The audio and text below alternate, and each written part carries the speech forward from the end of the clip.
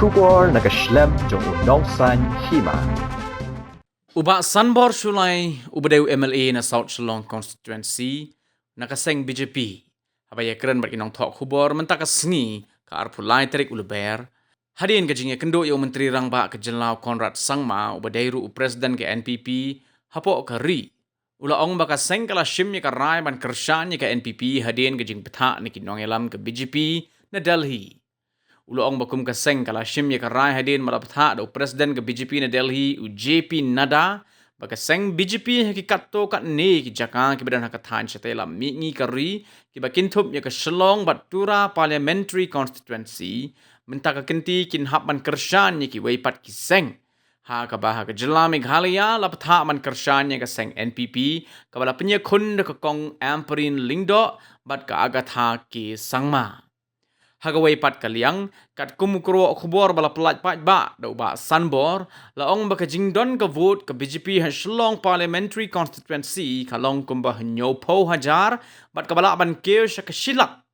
laong bala da ka vote jong ka BJP ka let sya ka seng NPP kan don kalat ya ka kertong ka NPP bakan job nakadaw baka jingpat jong ka vote kan duna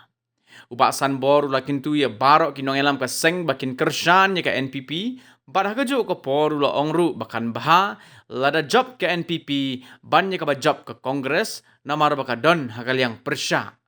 nalor kata uba Sanbor ula ongru ba umdon satya ka jing artatin baka BJP hapo ka jing elam menteri rang ba do ka Riu Narendra Modi kan yo palat saus paangut ki MP ha kani ka election bat lada job ki arngut ki kertong NPP na Meghalaya kajela kan kamyo bon ki scheme na ka sarkar pedeng. Hagajo ka porulo ongru bala da job ka kong Amperin bat ka agatha la thikna ba ka weni kini kinyo ya ka shuki menteri ha ka sarkar pedeng. Henry ula kintu ya kinong yalam jong ka BJP bat NPP bakin pinben ya kinogino ki jingya kan at kibala abandon paramaki. As we all aware, since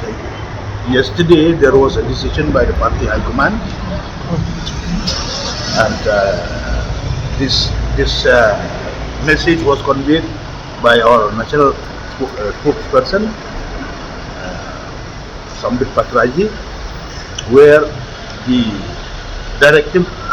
has come from the President JP Naddaji that this time there will be a seat adjustment in the entire Northeast. There are seats in other states in the Northeast where the BJP has to support the other partners, and here too, since yesterday we have got the directive that we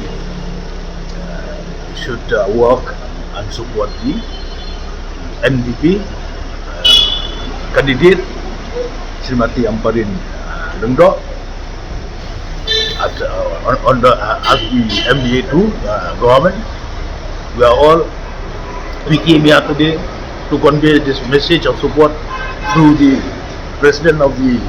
NPP, who happens to be the Chief Minister, Sri Konradji, that we are working together as per the discipline party, as per the directive given by the party since yesterday.